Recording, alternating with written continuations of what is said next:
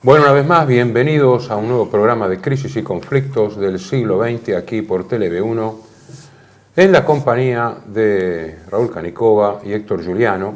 Y antes de comenzar la temática que hoy nos ocupa, nosotros atendemos y agradecemos las opiniones de la teleaudiencia, la mayoría elogiosas, y respondemos algunas observaciones que pueden hacernos, referidas en este caso, en mi caso particular, a que yo dije al pasar que el libro Derrota Mundial de Salvador Dorrego no debía ser citado. Y lo reafirmo, en un paper académico, más allá de la intención y la honestidad del autor, no puede ser citada una obra en donde incurre, creo que no por ignorancia, en algunos datos muy equívocos. No lo vamos a aclarar porque si no nos detenemos mucho. Aquellos que lo han leído, que lo leen, se van a dar cuenta. Pero además el visceral anticomunismo del autor, a quien respetamos, hace que en la obra quede un poco devaluada la participación del mundo anglosajón demoliberal en lo que nosotros muy bien hemos llamado el partido de la guerra. Digamos, la confrontación entre el Reich y la Unión Soviética es prácticamente lo medular del libro. El tratamiento del aliado italiano es desmerecedor, incluso siguiendo los clichés anglosajones de la época. Y se puede decir de que es un libro muy temprano, que no había documentación suficiente, pero anterior a él y contemporáneamente tenemos los ingleses John Fuller, Basil Liddell-Hart, Russell Grenfell, todos militares, el jurista J.P. Biel, del año 48, Advance to Barbarism, el almirante Ophant de Vichy, y no olvidemos que en Alemania se tardó mucho en hacer una crítica, digamos, del status quo historiográfico debido a la situación de derrota y todo, pero existió Nosack con Der Untergang, que es una crítica del año 48 fenomenal al tema del bombardeo indiscriminado, y las primeras obras de Paul Karel. Dicho claro, esto, sí. Y agregarle solamente que, claro, que el libro de Salvador Borrego, los libros, porque Derrota Mundial es el más conocido, pero hay otros, y hay uno póstumo, Infiltración Mundial, y hay uno póstumo sobre... Sí, yo hablo específicamente de ese, sí, Derrota. Hablo de ese. Derrota fue tomado como un libro que es el primer ariete del revisionismo en habla hispánica y en América. Por supuesto, está desbalanceado porque él tiene, entre otras cosas, por la documentación. En la época que escribió ese libro, a 5 años de la guerra, en México, que es un lugar adverso para escribir estas cosas, en México, y como decía Rubén Darío, México tan lejos de Dios y tan cerca de los Estados Unidos, era difícil que enfrentara al mundo anglosajón de manera abierta. Por supuesto, era difícil. Entonces hizo hincapié en el comunismo. De todos modos, él el partido de la guerra lo percibe, pero con una postura un poco distinta a la nuestra, pero no opuesta. Es decir, entiende el tema. Le falta, yo creo que es un tema de documentación, porque en lo personal, don Salvador Borrego era un hombre de una honestidad intelectual que está fuera de discusión. Para no entrar en la discusión, por eso yo no hablo de que sea deshonesto. No, ocurre para nada. Un poco como al padre Menville acá. Sí. Entra en una dialéctica de la Guerra Fría en donde el anticomunismo es lo más importante y no se da cuenta de que a veces en la propia tropa dentro de Occidente también tenés un caballo de Troya. Pero solamente esta frase, ¿no? Que evidentemente nosotros sabemos, ya hoy casi todo el mundo lo sabe, que el comunismo es un engendro occidental y como dijo Solzhenitsyn, Rusia fue la primera víctima del comunismo. Eso lo dijo Solzhenitsyn en los Estados Unidos. ¿No? Pero no estamos hablando nosotros, por eso hemos matizado respecto de lo que ha sido la Unión Soviética stalinista. Claro, pero no caigamos más en esta dialéctica. Porque si no vamos muy interesante, pero merece un programa aparte. Pero, de acuerdo. A ver, ubiquémonos para los espectadores. Nosotros estamos analizando lo que llamamos la inmediata posguerra. Ojo. Estamos hablando de las circunstancias inmediatas que siguieron a la rendición incondicional de Alemania en Europa y de Japón en Asia. En ese punto de situación estamos. Así como analizamos los primeros momentos de la ocupación alemana, hoy vamos a dedicarnos a hablar de la rendición japonesa en cuanto a sus efectos. Como introito, nada más, como planteo de la situación, habría para señalar algunas analogías y diferencias entre el trato a Alemania y el trato a Japón. Muy generales, pero, porque si entramos en la casuística hay 20.000 variantes. ¿Qué son? La primera de ellas fue que las pérdidas territoriales directas de Japón comparativamente fueron menores, porque el territorio japonés no daba como el territorio alemán, que le amputaron más del 16 al 20% del territorio, ¿no? Las pérdidas territoriales de Japón impuestas de hecho fueron... Perdón, la Alemania democrática es el 30% del territorio. ¿Cómo? La Alemania, No, la DDR después. Dice amputado al Reich. Amputado al Reich, a la frontera de 1937. Sí. Quiero decir, en Japón no había tierra para amputarle, pero las pérdidas territoriales fueron sensibles desde el punto de vista político, estratégico y cultural en por lo menos 3 puntos. El primero fue la pérdida de la parte sur de la isla Sajalín por parte de los rusos. Después, la pérdida del archipiélago de las Islas Kuriles, que eran netamente ¿Sajalín japonesas. sur o norte? Sur. En la isla de Sajalín había sido producto de la guerra ruso-japonesa de 1905, donde Japón le impuso ceder la mitad sur de la isla Sajalín, que es una isla alargada que cae al sur de la península de Kamchatka. Exacto, Kamchatka. ¿No? Kamchatka. Entre la península de Kamchatka y el norte de Japón. O sea que ahí había una reivindicación rusa, digamos así. En las Islas Kuriles no, las Islas Kuriles habían sido siempre japonesas y no se objetaba, por eso el Japón las reclama aún ahora, aunque ha tenido que concederlas de hecho, ¿no? Y eso sí, con expulsión de la población, porque la población japonesa que vivía en Sajalín y en Kuriles fue expulsada. 400.000. Sí, aproximadamente. Solamente en las Kuriles 300.000, en Sajalín no sé. Y la tercera pérdida territorial fue la isla de Taiwán. Claro. Porque la isla de Taiwán pertenecía a Japón desde la primera guerra sino-japonesa de 1894-95, donde Japón la había ocupado y la había desarrollado, y lo que ahora es Taiwán, que antes se llamaba China nacionalista, ¿no? Fue portuguesa atrás, ¿no? No, el nombre Formosa. Hay que decir que Taiwán se llama Formosa, es el nombre. Sí, y su primitivo nombre era efectivamente Formosa, pero en 1894-95 hubo la llamada Primera Guerra sino-japonesa, ¿no? Porque la expresión no es chino-japonesa, sino sino-japonesa, por la cual China tuvo que, entre otras cosas, aparte de que entregar enclaves territoriales, aceptar la independencia de Corea, etcétera, pero tuvo que entregar la isla. Y así que era territorio japonés en realidad, y fue cedida. Esas fueron lo que yo tengo entendido, las 3 pérdidas territoriales directas. A esas 3 poner una nota a pie de página, que es esta. La ocupación de todo Japón. Entonces ahí ya la pérdida territorial efectiva más la ocupación de todo Japón, el sometimiento de todo Japón. Habría algo que no es importante en territorio, pero sí geopolítica y estratégicamente, es la ocupación de las bases japonesas de la Micronesia y del Pacífico por Estados Unidos. Y eso no la devolvió. Es claro. Iwo Jima, que fue tomada por razones militares, y después creo que bajo un régimen especial, Okinawa, que era territorio japonés y que después Estados Unidos obliga a conceder una base permanente que subsiste aún hoy día, ¿no? Sí, señor, pero digamos, fuera de algunas... Lo que me quería referir es que no puede hablarse de pérdidas territoriales metropolitanas importantes. Tampoco hay mucho territorio Japón, para ceder. porque no tenía mucho territorio para ceder. Al revés, el problema que se encontraron los norteamericanos era un archipiélago superpoblado, hambriento, porque el primer problema que tenían que resolver era el hambre, ¿no?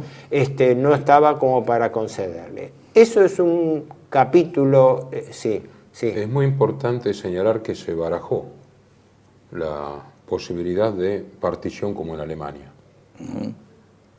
Pero Truman se negó por desconfianza a la Unión Soviética. Imagínense una parte de Japón bajo dominio stalinista. Enseguida había una república socialista japonesa para el futuro. ¿Y qué pasaba con el emperador? Claro. Déjame llegar a esto, claro. El régimen de ocupación fue distinto, porque Alemania en su primer momento se disuelve como Estado, se divide en 4 zonas de ocupación, mientras que en cambio Japón es monopolio de Estados Unidos. Indudablemente. Hubo, entiendo, fuerzas simbólicas de Gran Bretaña, Australia y Nueva Zelanda. Pero los norteamericanos mantuvieron una fuerza de ocupación en Japón inicialmente de entre 300 y 350.000 hombres. Y el jefe de gobierno es MacArthur. Y designaron a MacArthur con el título de comandante supremo de las potencias aliadas ocupantes de Japón. Con lo cual él tenía el carácter de un virrey en Japón. Y aparte por su personalidad lo pretendía hacer. ¿no? Porque ahora, MacArthur atendió el consejo de Ruth Benedict, el emperador no lo toque, porque ahí sí que va a tener guerra continua. Y había miembros de la familia imperial y algunos intelectuales, liberales entre comillas, que querían la destitución del emperador. E incluso el ala dura norteamericana, que siempre existió, el juicio de Hirohito como criminal de guerra. Bueno, y MacArthur se sacó una foto. Justamente eso. MacArthur, como virrey, como jefe supremo, las siglas eran SCAP, porque simplificaban. Es decir, era un la palabra virrey encaja perfecto. Creado para él. Virrey, jefe de gobierno. Para decir, yo soy el conquistador. Es más, algunos rescatan la figura del shogun, porque el shogun en la Edad Media japonesa era el comandante en jefe de las Fuerzas Armadas, que después con el correr de los siglos, es claro, el jefe de las Fuerzas Armadas terminó imponiendo la dinastía hasta la dinastía Meiji, que es cuando el Japón moderno elimina la figura del shogun. Claro, pero tenés eso exactamente que aclararlo a veces para los espectadores. Japón es una monarquía que durante varios periodos, no solo interrumpidos, tuvo también hereditario el shogunato, el shogun. O sea, es como si el jefe de Estado y de primer ministro, está el monarca de primer ministro también es hereditario. El shogun es el jefe de gobierno. Claro. Ahora, el shogunato también era hereditario. Eso es lo que fue suprimido. Pero Japón vivió mucho tiempo con esa diarquía. Fue una diarquía, o sea, una monarquía que fue diarquía de los hechos. No vamos a enredar en la historia pero para explicarlo, Japón, pero que paradójicamente se rescataron para MacArthur funciones del shogun. Cuando el shogun otrora era comandante en jefe que tenía superioridad en las decisiones militares sobre el emperador. De todas maneras, ahí sí, lo que vos decías es importante. MacArthur fue un defensor de Hirohito, porque recordemos lo siguiente, la famosa frase de Hanson Baldwin, cuando en los grandes errores de la guerra, este periodista y escritor norteamericano, que dijo, dice, nosotros hicimos no sé si habló de una no criminalidad, pero hicimos un error grosero con Japón.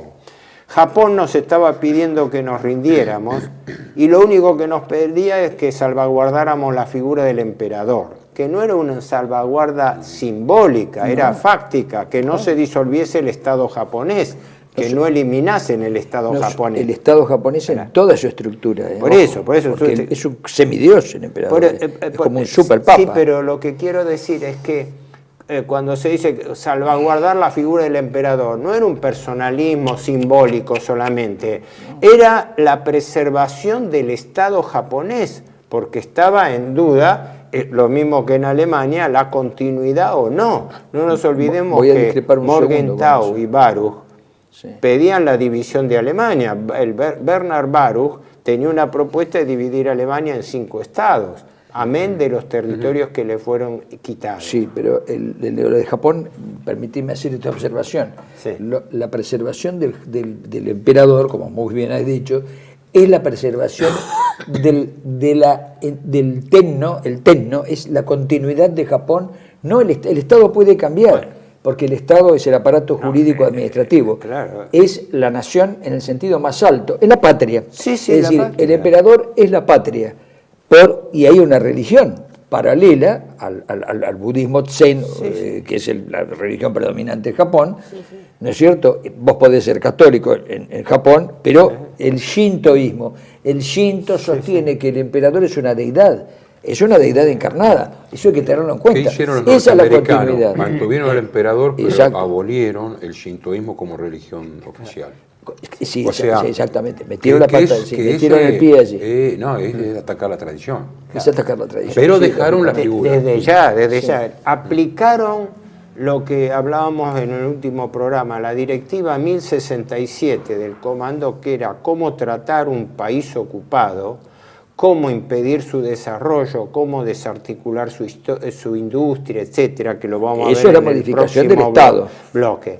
Pero Estado. a lo que yo me refiero es esto, que la defensa que hacían los japoneses de la figura del emperador no era solamente simbólica, era que estaban hablando de la continuidad de la existencia de la patria japonesa que estaba en peligro. Ahí sí, eso es lo que quería decir. Ahora, ¿qué Eso, ocurre? Paradójicamente, no digo paradójicamente, fácticamente, MacArthur fue un defensor de Hirohito. Incluso la gran polémica que se estableció, porque lo primero que se hablaba era cómo montar el escenario de los crímenes de guerra que después desembocaron posteriormente en los llamados procesos de Tokio, ¿no? Los militares más duros le censuraban a que MacArthur impuso el criterio de que el emperador no iba a ser llevado a juicio, que era una diferencia fundamental. O sea que no se le imputaba al emperador la culpabilidad de la guerra. Es importante esto. Esta fue un criterio que también no fue el mismo que en Alemania, donde al revés, en Alemania bajaron el nivel de responsabilidad, de culpabilidad de la guerra a figuras de orden secundario, como ministros del terciario. Reich, por ejemplo. En el caso de Japón fue muy importante la foto con Hirohito, porque MacArthur está sin uniforme de gala, o sea, con uniforme común, como dándole una jerarquía. Sí, todo el tema de la democratización, de que la democracia es la forma áurea de la política, ¿no es cierto? Ya la utopía democrática es la forma áurea de la política, entonces hay que democratizarlo. Eso sí, MacArthur, lo que pasa es que MacArthur va cambiando de opinión, no es que él tiene esa opinión, primero, bueno, el respeto al emperador, porque era mejor que matar, qué sé yo, 100 millones de japoneses, era mejor eso. Esa es la primera reflexión que se hace, pero cuando comienza a gobernar Japón, o sea, tiene contacto con la realidad japonesa, porque la guerra es una cosa, es la realidad japonesa, él empieza a cambiar un poco de idea y los hombres que lo rodean, que están en contacto con la aristocracia japonesa, de hecho, porque había que gobernar, y con los técnicos y ministros y demás, que aunque tuvieran que aceptar el modelo que les ponían, los necesitaban los funcionarios. Y ese entorno de funcionarios son los que van modificando la lucha contra la tradición esa que vos señalás, que es contra la patria, porque aquí tradición y patria son lo mismo.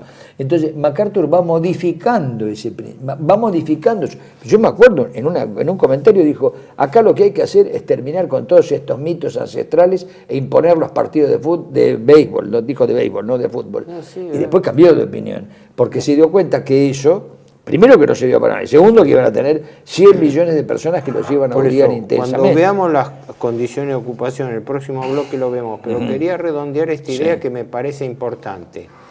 El carácter de la ocupación y del alcance de las pérdidas territoriales, ¿cuál fue? En cambio, lo que sí perdió totalmente Japón es toda influencia en lo que era su esfera de influencia geopolítica. La pérdida de su pie continental, Es decir, fue extraído primero el Estado Manchukuo. asociado de Corea, Y Manchukuo. que había sido una creación japonesa y ligada incluso dinásticamente. Ni hablar el Estado de Manchukuo, la Manchuria ocupada por Japón. Los enclaves costeros. No hablemos las ocupaciones que se dieron durante la guerra, pero sí aquellas áreas donde el Japón había puesto pie en el continente. Desde ese momento desaparece la influencia de Japón política y militar directa en el continente. Japón, como Alemania hoy, son potencias económico-industriales, pero no políticas, es decir, no tienen independencia de decisión política. Entonces, lo de Corea es significativo mediatizado. porque la Corea del Norte, que en posesión de control ruso, y la Corea del Sur, control norteamericano hasta avanzado en los 50. Claro, porque que fue una de las cosas que Está explica congelado también en los 50. Sí, paradójicamente, Hasta lo la vamos guerra. a comentar. La línea del paralelo 38 había sido la línea de división de ocupación militar entre fuerzas rusas y fuerzas norteamericanas, Exactamente, sí. que después que se convirtió devino en dos regiones administrativas y luego políticas diferentes. Sí. Pero a los fines míos, para, digamos, redondear la idea, a lo que voy es a esto, que todo esto, toda esta política bastante, tan dura como en Alemania, ¿no? Tuvo una mitigación interna porque los norteamericanos no podían entender ni manejar la mentalidad y la psicología japonesa, y el país seguía funcionando bien, correctamente, con descentralización administrativa. Los norteamericanos ocupaban, pero la administración civil seguía siendo básicamente japonesa, ni hablar la municipal. Y la otra es que, vos creo que lo señalabas eso bien también, que la Guerra Fría se preanunció antes en el Extremo Oriente que en Europa, porque ahí se estaba luchando y los norteamericanos empezaron a ver inmediatamente que ellos estaban siendo desplazados por el avance comunista en China, la disolución de Indochina, la pérdida de control de Insulindia, y en consecuencia, por razones prácticas, le convenía tratar de asociarse en términos no muy despóticos en la ocupación japonesa. Claro, bueno, esto lo vamos a continuar. Simplemente hay que decir de que la disposición de MacArthur, una de las primeras, fue que las fuerzas norteamericanas debían respetar y apoyar al pueblo japonés y no comer su comida, ¿verdad? Y no fue respetado este acuerdo, por lo menos la primera parte, porque hubo un maltrato evidente de la población civil. Sí. Y eso va en el próximo bloque. Bienvenidos a CEPA, Centro de Estudios del Pensamiento Americano. Nuevo sitio web de cursos de formación en política, filosofía, historia, literatura, geopolítica, religión, psicología y más. Cursos de formación que reflejan el verdadero pensamiento americano. Lo invitamos a elegir el curso de su agrado ingresando en www.cepa.la.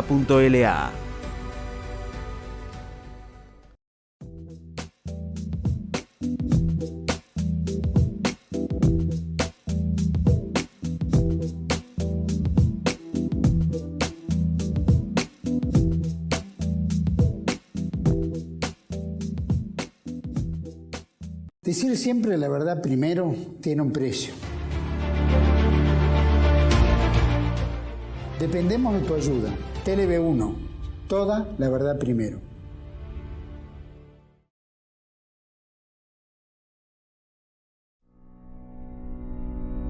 TLB1 se complace en anunciar que estará transmitiendo en su canal TLB1 Clips valiosos programas emitidos antes de la censura sufrida. El lienzo prohibido, el revés del derecho, combates por nuestra historia, disenso, historias de Malvinas, entre otros que podrán encontrar en este enlace.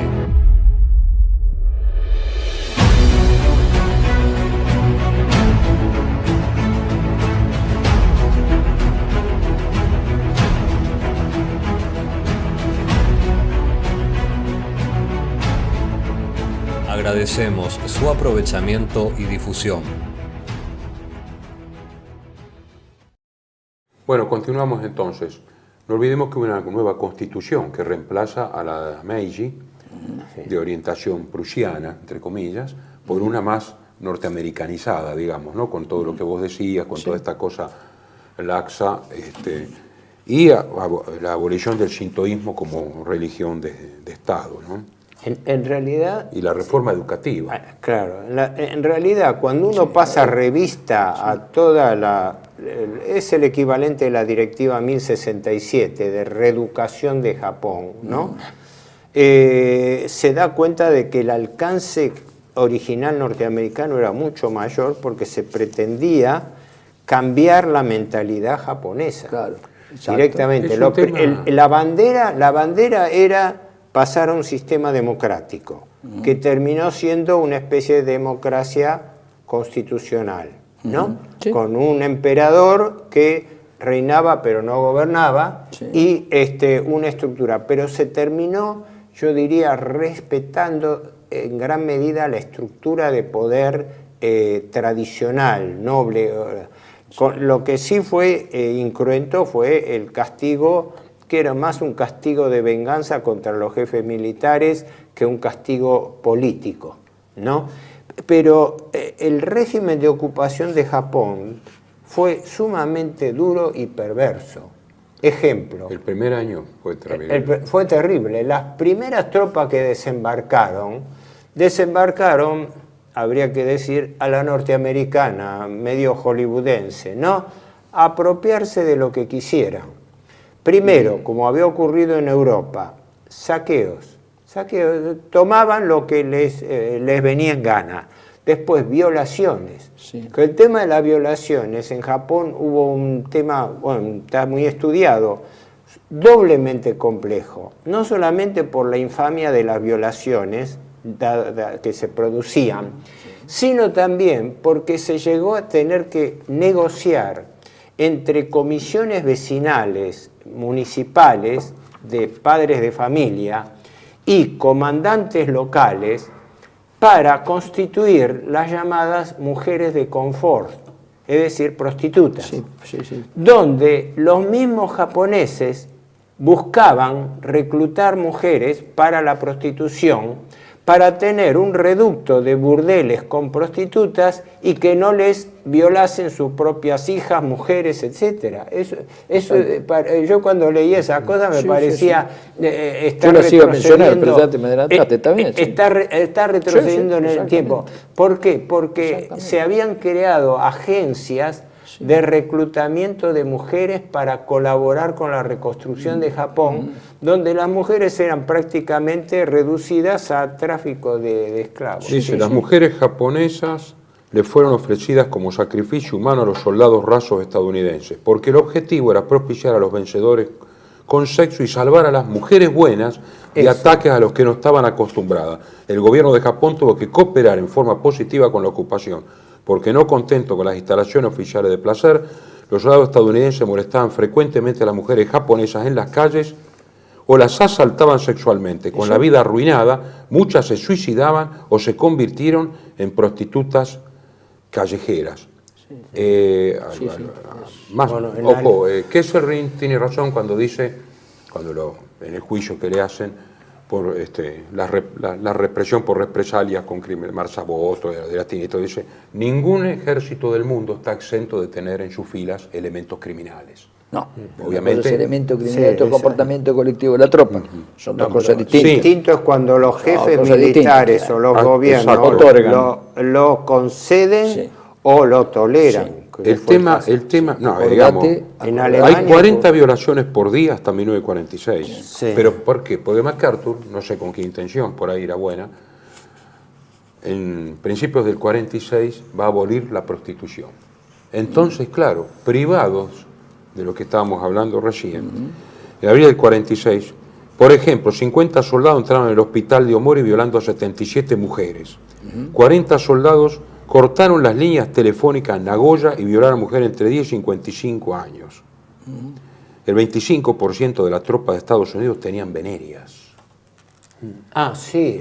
Estos son exacto, datos, ese fue un dato que surgió de un informe médico que no sé si fue del se año descontroló 48. incluso para el ocupante.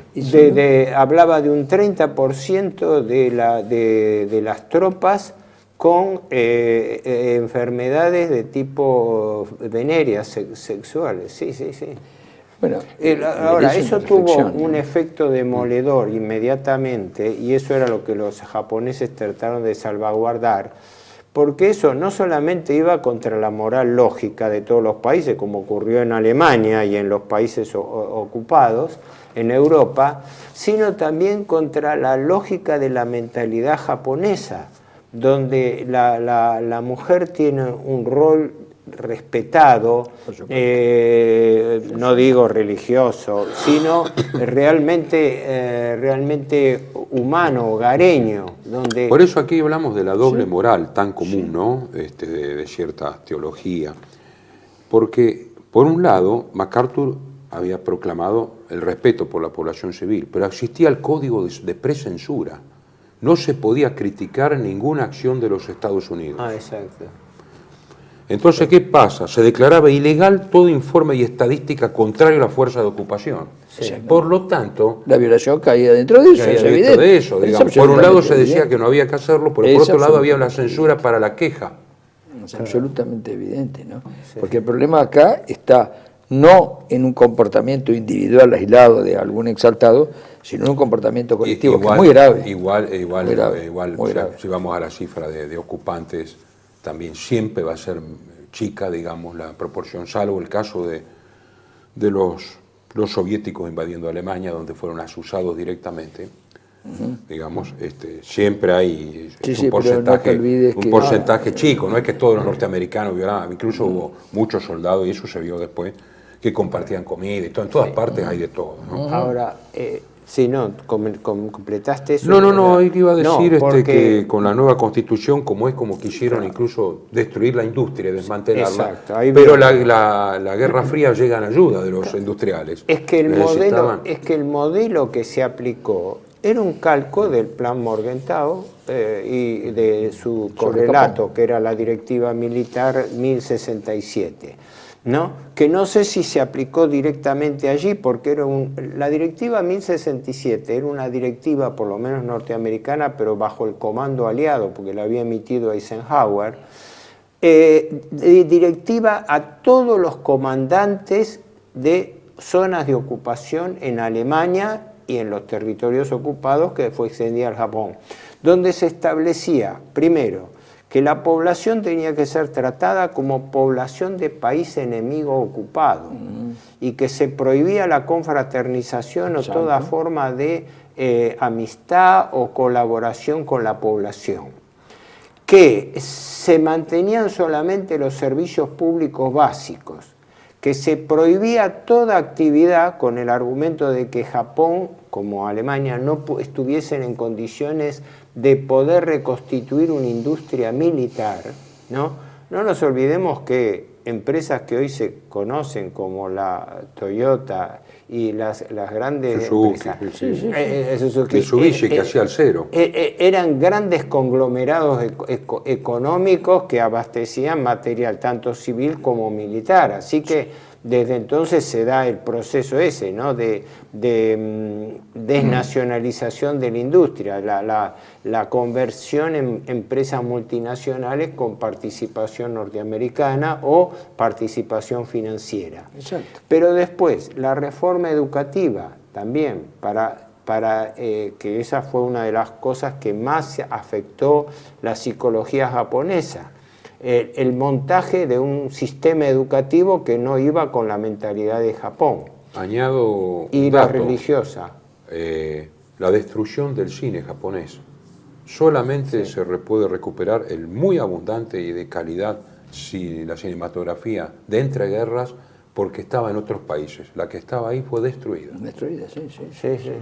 Bueno, esto yo creo que, mira, las pruebas siguen y siguen y siguen. Y ya son pruebas que no solo no lo dicen los japoneses, lo dicen los aliados y lo dicen los historiadores aliados. Vos lees a Toynbee, lo tengo acá a Toynbee, y vos decís, pero ¿cómo Toynbee? Un empleado de lujo, ¿no? De lujo, gran historiador y empleado de lujo del Servicio de Inteligencia Británico, todos sabemos que a partir del 38... Y lo dice en el 60, ¿no? Lo sé, por supuesto, lo dice con toda claridad, que se cometieron cosas que retrotraen, dice así, y no habla solamente de los soviéticos, que retrotraen a ¿cómo se llama?, a las épocas de los mongoles, de arrasamiento total de la población. Lo del general Fuller también. El general Fuller lo dice también, sí, porque los informes son norteamericanos y son ingleses.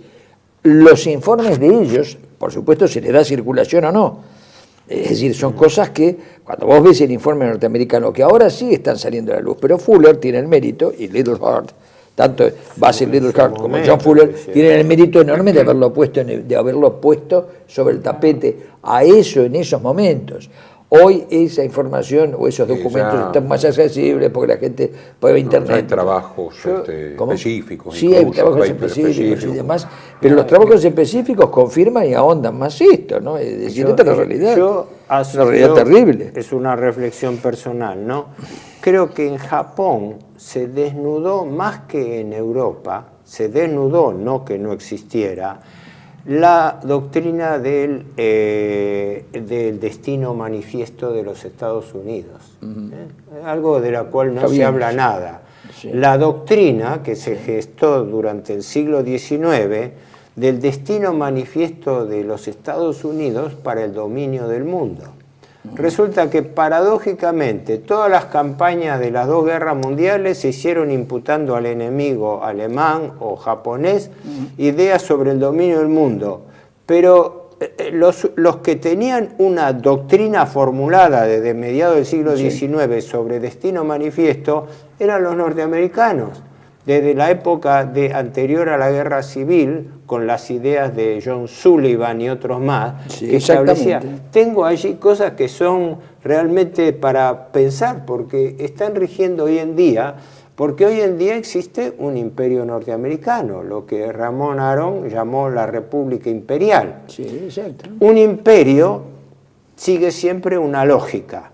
La lógica es que la metrópoli vive, subordina y organiza el sistema de colonias tributarias. Esa es la lógica de todos los imperios. Sí, exacto. En este momento vivimos en la era del imperio norteamericano, en la superpotencia mundial confrontada. No todo el mundo, claro. Pero comportado Eurasia. Otra vez de nuevo el mar y la tierra que dice Smith. Por eso, como estamos hablando de Asia, eso conviene decirlo, y conviene decir también que gracias a ese imperio creció el último imperio, el último que está creciendo, que es China. Se lo debe a eso, sin ninguna duda, porque no hay que olvidarse un detalle, esto vos lo sabés muy bien. El Partido Comunista Chino y las fuerzas de Mao crecieron exponencialmente gracias a la guerra con Japón y al apoyo de los Estados Unidos y de la Unión Soviética, obvio, ni lo descuento eso. Pero no te olvides, yo lo dije varias veces acá, no te olvides que el formador de la escuela militar de Whampoa, que es la escuela de cadetes de Japón, de China, de China, fue un comisario político soviético que se llamaba Borodin, igual que el compositor ruso del siglo XIX, el autor de Príncipe Igor, Borodin, el comisario Borodin, comisario político con Chiang Kai-shek, porque uno dice con Mao, no, ya con Chiang Kai-shek, es decir, Chiang Kai-shek después se cambió, es decir, pero el crecimiento se debió a eso. Hay actitudes, ¿por qué? Porque el imperio, vos lo dijiste recién, que el imperio tiene un destino manifiesto. ¿Cuál es el destino manifiesto? La democracia como principio utópico, Molnar lo ha estudiado muy bien, como principio utópico. Entonces, el destino manifiesto es que todo el mundo tiene que ser democrático en la idea que yo tengo de la democracia. ¿Me explico? Y en este caso de Japón con connotaciones racistas evidentes. Era mucho la cosa. Ahí sí está bien eso, perdona, pero yo quiero ver que la utopía es el destino ocupación con desprecio incluso. Sí. Lo que quiero decir, no sé si me expresé bien, es lo siguiente, que en la ocupación japonesa por Estados Unidos se desnuda claramente el destino manifiesto, más que en Europa, porque allí el predominio, es decir, la idea de que los Estados Unidos son la nación, el texto, la expresión textual es la nación elegida ¿no? La nación elegida para regir al mundo con sus valores, con sus valores. La bandera de esa doctrina imperial es la democracia. Una democracia a imagen y semejanza de la norteamericana. Por eso hablaban de que la idea tenía 3 ideas eje. El modelo de las instituciones norteamericanas proyectada al mundo. Sí. La visión del mundo a imagen y semejanza de los Estados Unidos. Sí. Se les reprocha continuamente a los norteamericanos que no tienen una percepción, una comprensión del mundo distinta de la que tienen a nivel local, doméstico. ¿Te acordás? Y la decisión, esto es de otra categoría, la decisión inspirada en la Biblia hebrea de que los veterotestamentaristas. Veterotestamentistas, bueno, sí, el Antiguo Testamento, sí. La idea de la decisión de Dios de dar a Estados Unidos la misión de regir los destinos del mundo. Sí. Acordate, por eso te iba a decir, glosando esto. Ojo, esto no lo escribió Adolfo Hitler, esto lo escribieron los intelectuales norteamericanos. Pero los padres fundadores tenían, estaban amparados en vienen de los padres fundadores, pero ten en cuenta esto, cuando se sanciona, para este ejemplo, estamos en Asia, cuando se sanciona la Constitución de Filipinas, se dice en el preámbulo de la Constitución, Estados Unidos es el faro de la historia que guía a la humanidad. Cuando vos asumís esos términos, es como los términos en que alguna vez, hablando de las invasiones inglesas, yo dije que Inglaterra, en los años 1791-92, el Lord Fansittart de esa época había dicho que Inglaterra era la corona del imperio, del comercio mundial. Si yo digo que soy la corona del comercio mundial, estoy diciendo, señores, ustedes que viven en el resto del mundo, me deben tributo a mí porque yo soy el rey. Cada transacción comercial que hagan entre ustedes tiene que pagar tributo acá. Es esto. Y esto es un desafío a todas las soberanías, sea de imperios o sea de pequeños países, porque no tiene límites.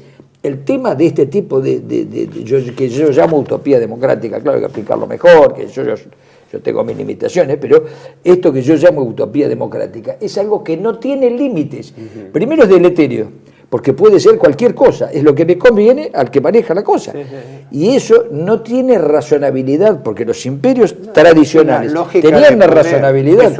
El imperio austrohúngaro me puede gustar o no, a mí me gusta mucho, pero aunque no me gustara, tiene una racionalidad, hay una racionalidad, hay una armonía entre las partes. Acá no, es un principio, ese principio rige todo. Este es el problema, después lo vamos a ver con Nuremberg. Es un principio, ese principio es sagrado, pero no es sagrado, porque es una convención, vos lo has dicho, es moral, es el cambio de la educación. Cuando vos querés cambiar la educación en un lugar, es porque querés que la gente cambie. Por eso me parece importante señalarlo ahora, porque no hemos hablado, debiéramos dedicarle un programa especial a explicar lo que es, porque el destino manifiesto fue tomado. Acuérdense que hemos hablado bastante cuando empezamos ya con la posrevolución francesa y todas las utopías. No, pero todo esto hay que tenerlo como una cosa, porque son las invariantes de la historia. Hay variantes e invariantes. Permítanme una reflexión personal final, que es esto. Cada vez que el imperio norteamericano fue amenazado en su objetivo del destino manifiesto, hubo una guerra mundial. Y por eso el multipolarismo de hoy es el enemigo visceral que reconoce Estados Unidos. Es decir, frente a la hegemonía norteamericana, eso fue el think tank de Inquirer en la Primera Guerra Mundial con Wilson. Fue el mismo que llevó a la guerra europea primera. Fue el del Brand de Roosevelt que llevó a la Segunda Guerra Mundial. Y, esto es opinable desde ya, es el peligro que se está afrontando ahora cuando se está desafiando con el multipolarismo el imperio mundial norteamericano. Claro, pero con esta observación, siempre, los imperios tradicionales son espirituales y empíricos. Este es moral y utópico, este es el problema. Dice, mi moral, mi sistema moral es el único, otro no puede haber. Bueno, hay un tema muy fundamental, grave, ¿no? Que Estados Unidos siempre necesitó la colaboración para triunfar frente a los díscolos o los perturbadores, a su modelo, de un enemigo que cosmovisionalmente era contrario, claro, pero también era contrario del enemigo que él tenía. Lógico. Ahora, y yo creo que se debe mucho esto a la gran difusión de información, Estados Unidos tiene menos amistades que en toda su historia. Bueno, perdón, lo dijo Rockefeller Jr., le llamó al sucesor, cuando murió David Rockefeller, su sobrino, que quedó al frente del clan, pero no políticamente, porque lo pusieron a sobre. Bueno, eso es un problema de ellos, pero dijo concretamente que las redes sociales, que en Internet, dijo de Internet, que servía para el desarrollo y crecimiento de las naciones, también servía para sublevar a la gente. Y que eso se había convertido en una cosa peligrosa. Resulta evidente que cada vez tienen menos aliados. Tiene esos juzgados, porque lamentablemente hay que decirlo, la Europa occidental... No, sin duda.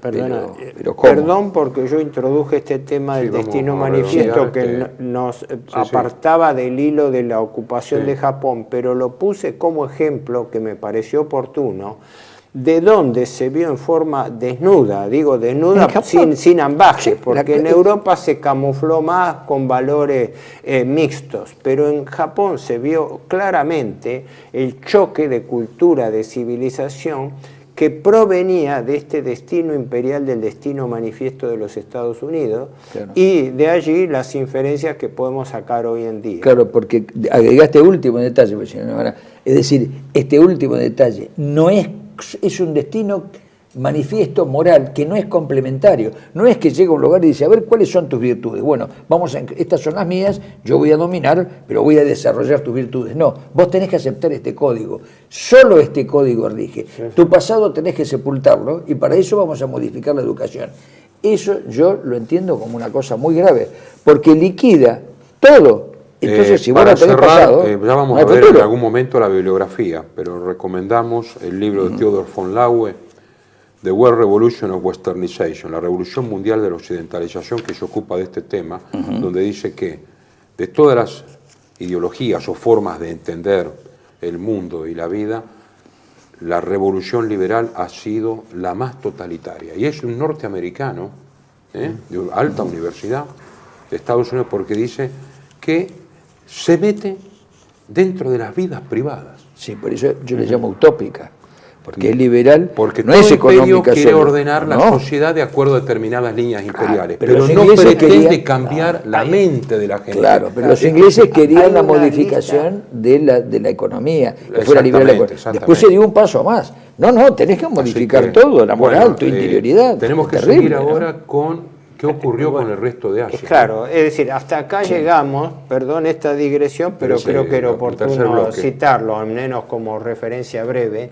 Pero nos falta ver, que lo vamos a ver en el bloque siguiente, qué pasó en el resto, qué pasó en el Extremo Oriente en general, porque acá hemos visto Japón acotado, pero ahora vamos a ver qué pasaba en todo el teatro del Extremo Oriente. Ahora dentro de un minuto.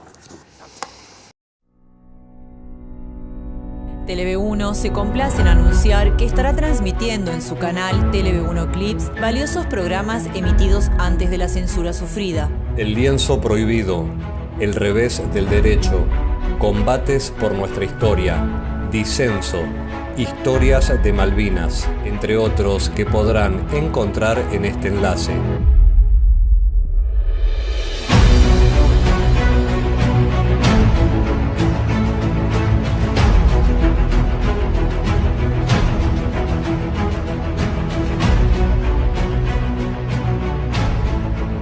Agradecemos su aprovechamiento y difusión. Bienvenidos a CEPA, Centro de Estudios del Pensamiento Americano. Nuevo sitio web de cursos de formación en política, filosofía, historia, literatura, geopolítica, religión, psicología y más. Cursos de formación que reflejan el verdadero pensamiento americano. Lo invitamos a elegir el curso de su agrado ingresando en www.cepa.la.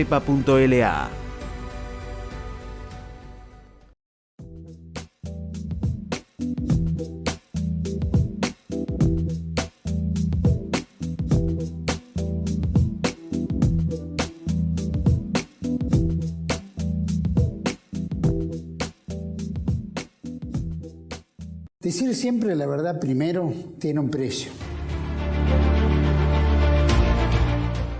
Dependemos de tu ayuda. TLB1. Toda la verdad primero.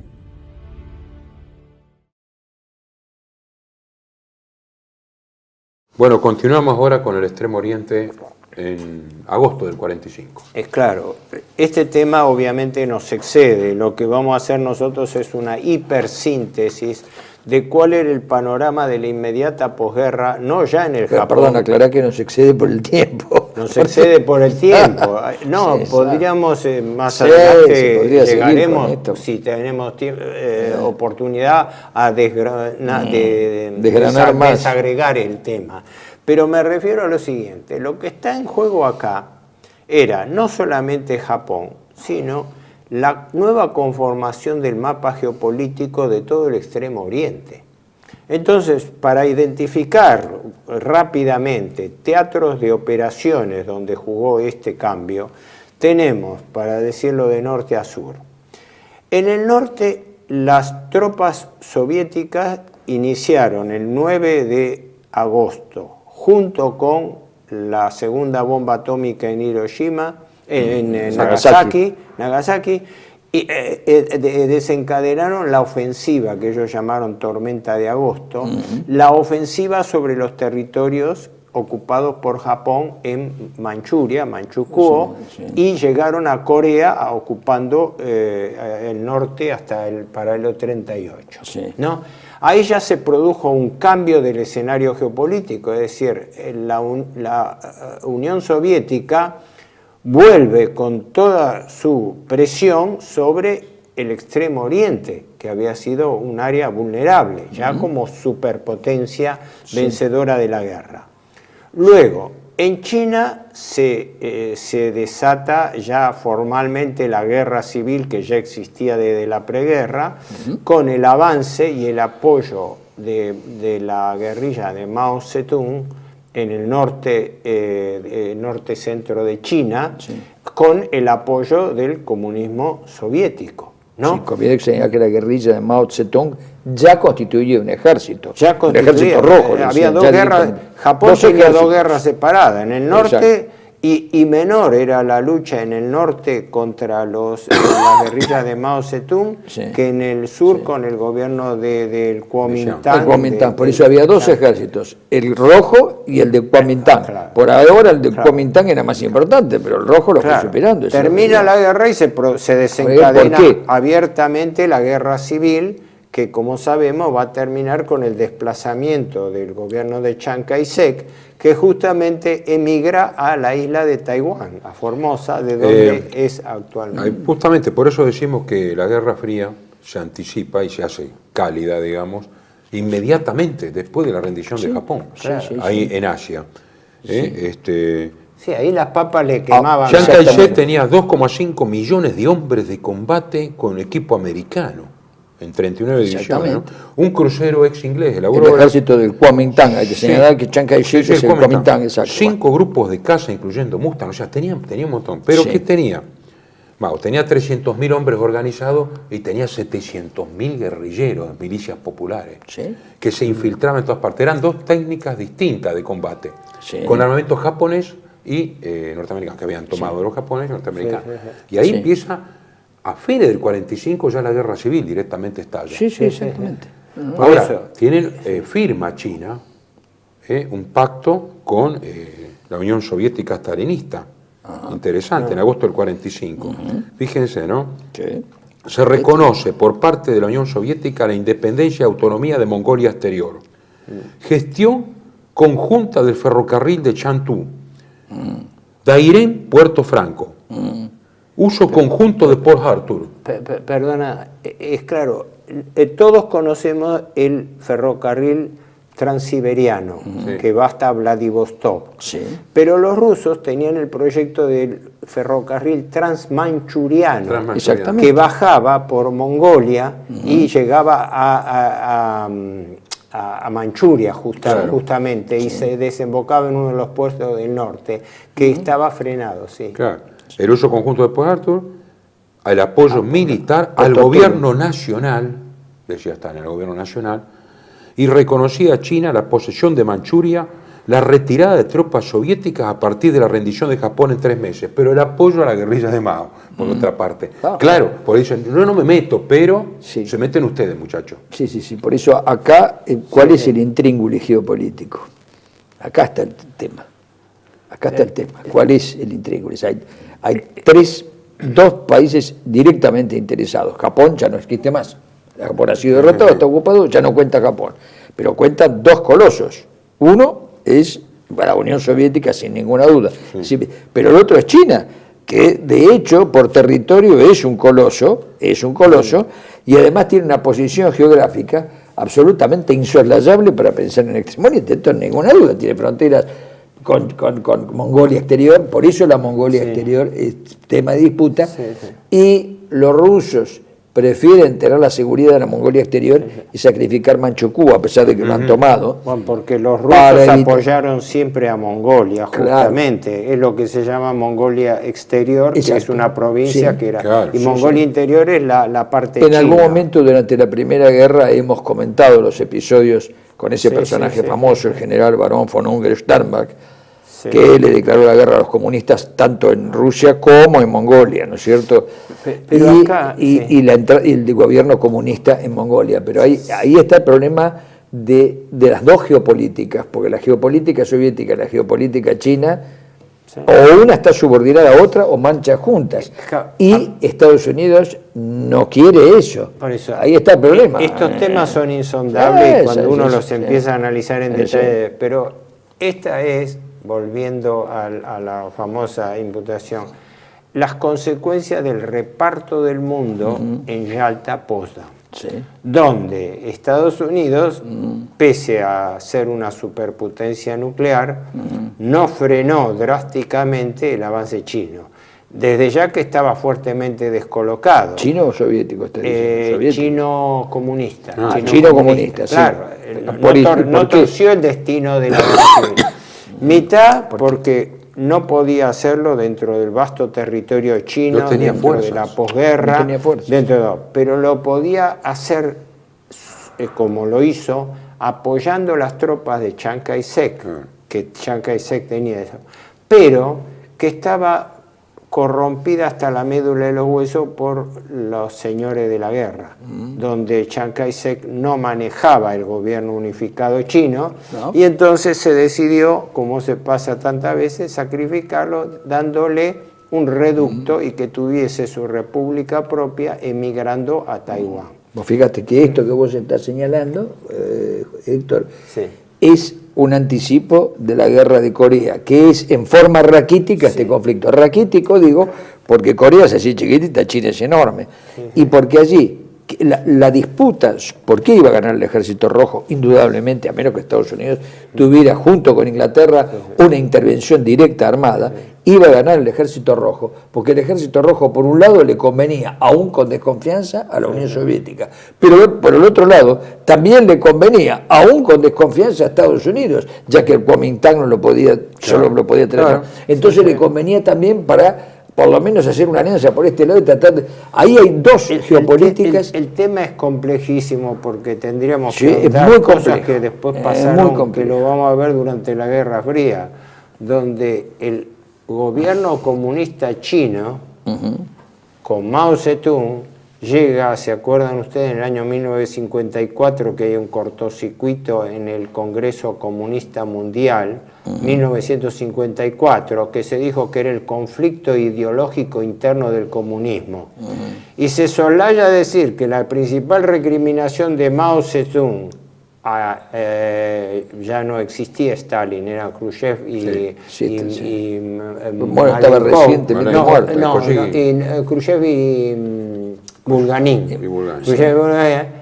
Era el reproche al saqueo que habían hecho los rusos de Manchuria, porque cuando los rusos llegaron a Manchuria, que estaba industrializada por los japoneses, levantaron y hicieron un saqueo total. Cuando ocuparon los comunistas, se encontraron con...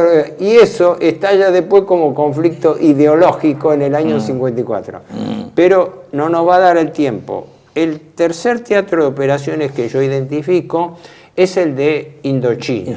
Insulindia e Indochina. Por eso, después de Insulindia. El de Indochina es harto complejo, pero tiene una particularidad. El imperio colonial francés, que se da a través de los protectorados sobre Indochina, abarca países diferentes, ¿verdad? Eran 5 países, 5 reinos distintos. Exacto.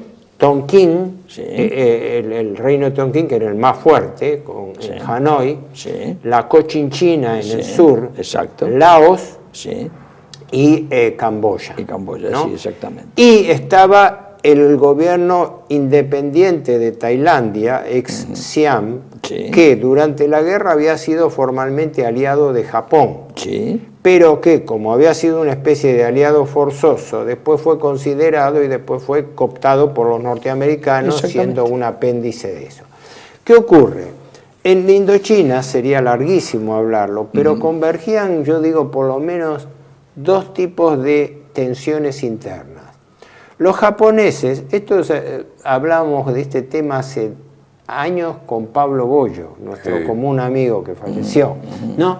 Donde él señalaba la astucia japonesa de que los japoneses fueron adelantando independencias y autonomías a los países ocupados cuando vieron que estaba perdiendo la guerra. Y entonces generaron... Y tuvieron éxito a largo plazo, aunque no lo cosecharon ellos. No lo cosecharon ellos, pero dejaron la semilla de la independencia y la guerrilla en los gobiernos que hicieron en cada uno de los países. Desde Filipinas hasta Birmania, desde Indochina en Tonkin hasta Insulindia. Y con otra bifurcación, porque lo de Indochina e Insulindia, en Insulindia, vos sabés que, bueno, es Indonesia, ¿no es cierto? Hoy es Indonesia, y fueron las Indias Orientales holandesas, Holanda. Holanda perdió ese territorio e intentó tenerlo, Inglaterra indirectamente a través de la finanza, como mantuvo Singapur. Claro. Entonces, ese juego en Indochina era menos complejo por un lado y más complejo por el otro, porque el imperio colonial francés, como vos llamaste muy bien, que incluía, ¿no es cierto?, la Cochinchina.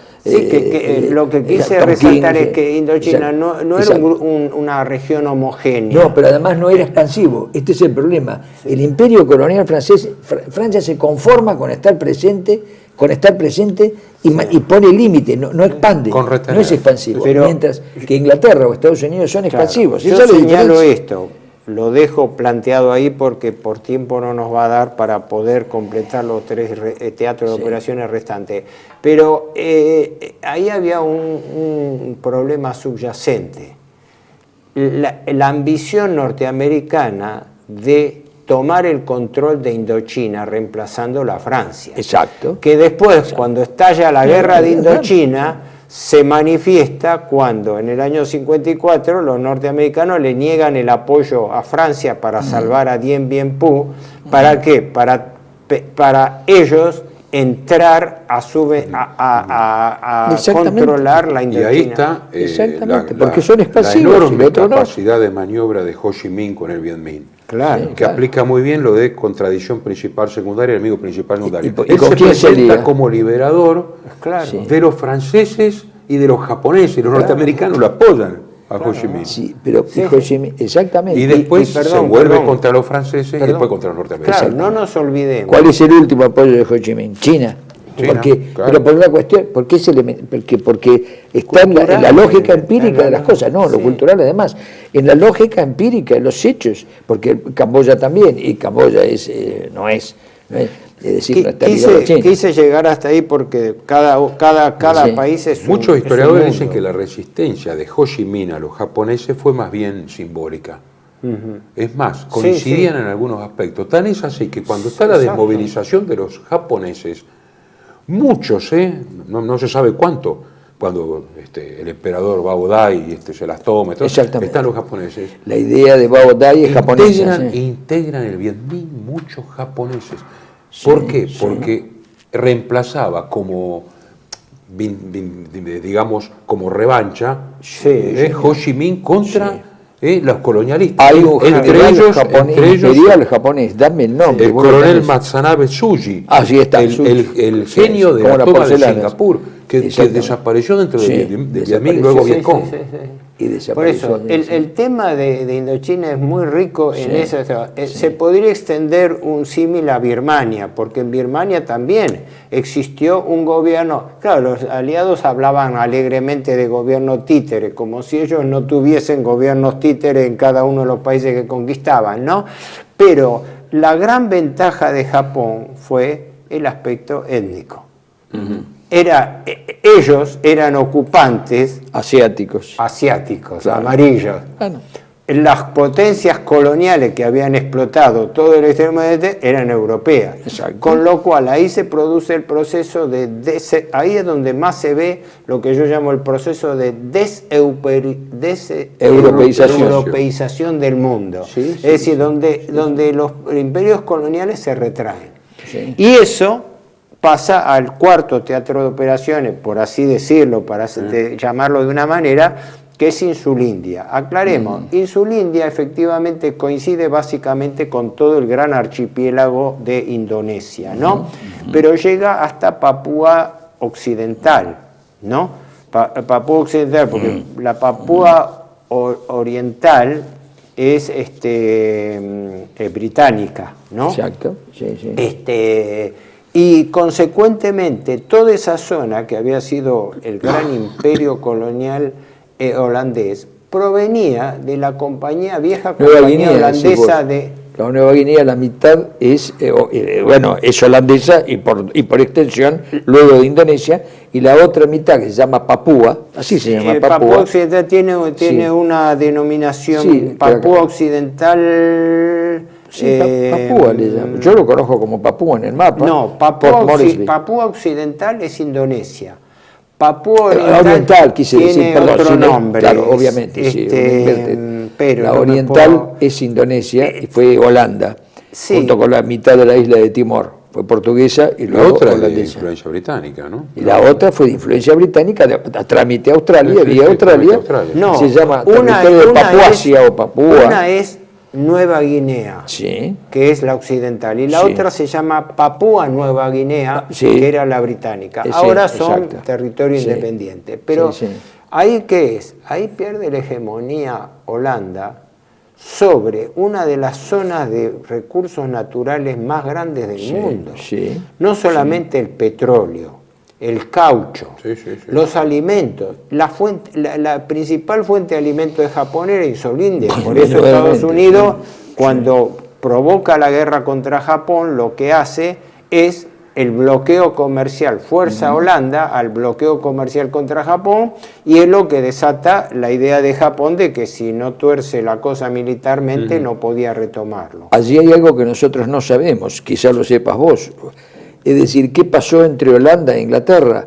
Porque Inglaterra no perdió los enclaves de Borneo, de ¿cómo se llama? Inglaterra tenía la península de Malaca, lo que hoy en día es Malasia, y Singapur, que ahora es una especie de ciudad-estado o isla-estado. Exactamente. Pero eso no lo perdió, eso que en un momento se llamó establecimiento del estrecho, bajo gobierno inglés, quedó como Singapur, y después vino la independencia por otro lado, que es otra cosa, pero digo, no se incorporó a Indonesia. Todo lo que se incorporó a Indonesia es lo que era Holanda. Ahora, ¿qué arreglo hubo entre Holanda e Inglaterra para que Inglaterra le sugiriera a Holanda que dejara esos territorios? Pero hay un detalle. Creo que había una maniobra financiera que después fracasó. Sarawak, Brunei, parte, la franja norte de la isla de Borneo. Bueno, Indonesia tiene 4 grandes islas, ¿no? Java, Sumatra, Borneo y Celebes. La más grande, que es Borneo, toda la costa norte estaba abarcada por el Sarawak, que era británico. Y el protectorado de Brunei. Y Brunei en el ángulo, que también. Luego, después de la guerra, eso se descompuso. Pero ahora el Sarawak entiendo que es parte de Indonesia. Brunei no, es un sultanato propio y de los más ricos del mundo. Pero en ese momento, quiero decir, se produce una descomposición de Insulindia, donde los intereses holandeses son barridos en principio. sí. En cambio, los ingleses retienen Exactamente. la influencia sobre Malasia y Singapur, Que que era después va a haber- clave en las Que comunicaciones. después va a haber guerras de indias. descolonización que vamos a ver. ¿Cuándo que fue son- incorporada Sarawak y Brunei? Brunei Creo que a principios Sarawak. de la década del 50. No sé por qué me Claro, Claro, cuando eso, viene el no. proceso de descolonización que costó también. Sí, Sí, que lo no vamos a fueron- ver en sí, la no Guerra fueron Fría. pacíficos. Yo creo que Do- redondeamos ya dos para no menciones extendernos porque nos habíamos hipersintéticas. extendido antes. Hipersintéticas. Filipinas, que bajo Japón concedió un gobierno autónomo que estaba presidido por Laurel, Sí. que después es mantenido por los norteamericanos, Sí. porque había sido colonia norteamericana, un Sí. proceso muy complejo, Protectorado ¿no? directamente, sí. Que se da. Y después el gran tema del Indostán, la India, Pakistán y lo que después iba a ser la subdivisión de Pakistán Oriental. Pero eso va Bangladesh. en la Guerra Fría, lo vamos a tratar Claro, más en detalle. eso es lo único que se puede decir de ahí, es que la habilidad, por así decirlo, de Gandhi fue que él negoció dar un apoyo al Imperio Británico en la guerra a cambio de la independencia de la posguerra. Mientras que su rival político, Chandra Bose, en cambio, era partidario de una independencia no negociada, Exacto. pero que con menos fuerza terminó aliado de Japón y subordinado al Japón. Sí. Después muere Sí. sospechosamente Pero es curioso, a los... claro, pero acá es curioso una cosa, que Gran Bretaña retrocede. Es increíble porque como consecuencia de esto, aunque vino después, vino la independencia de la India. Y haber perdido el virreinato de la India, no te olvides que la India era un virreinato. Era la corona, Lord Mountbatten corona era el era- virrey de la India. Sí, sí. Y la emperatriz de la India, la reina Victoria, fue coronada emperatriz de la India. Haber perdido eso significa que, yo no sé si por el lado de la alta finanza, por el lado de la política oculta y demás, ahí pasó algo muy grave. No, Sí, pero la además, política- es Raúl, algo muy grave. Perdona, no es un perdona. territorio Gran Bretaña chiquito. sale vencida también de No, la guerra y es no lo puede que- sostener, sí, no puede sí, sostener, no perdona. puede sostener las colonias. No, Excedería mucho el alcance de esta charla, pero sí. hay que volver a lo principal. En Yalta, Potsdam, las dos grandes superpotencias se Sí, dividieron sí, el dominio sí, del mundo. exactamente, sí. Y las antiguas potencias coloniales, desde la Jugaron la Carta plaza. del Atlántico, tenían que resignarse a un papel secundario. Por eso mencioné cómo Estados Unidos saboteó la Indochina francesa Sí. para ser ellos quienes quedaran ampliasen con- su- Bueno, Sí, y eso bueno. es después Claro. se va a ver muy Pero bien en la además, Guerra Fría. Claro, Así que- pero Claro. Gran Bretaña logró de alguna manera mantener, no todo, Sí, pero, pero perder la India es Inglaterra una fue pérdida mucho muy más grande. hábil en mantener sus Pero espacios. vos pensás que perder la India para Gran Bretaña es tan importante como si mañana perdiera Australia y Nueva Zelanda. Es grave, si no digo Canadá, pero digo, es un territorio muy, muy grande Bueno, y lo vamos a ver. geopolíticamente Cerramos. decisivo. Lo único para explicarle a los espectadores. En este quizás medio desordenado intento de dar un pantallazo, el objetivo era cuál fue el cuadro de la inmediata posguerra en el Extremo Oriente, porque si no, no habíamos cubierto este tema. Y es un tema muy rico que después probablemente en el futuro vayamos a ver desagregadamente cuando veamos las etapas de la Guerra Fría. Perfecto, Pero ese fue el... perfecto, bueno, será hasta la próxima.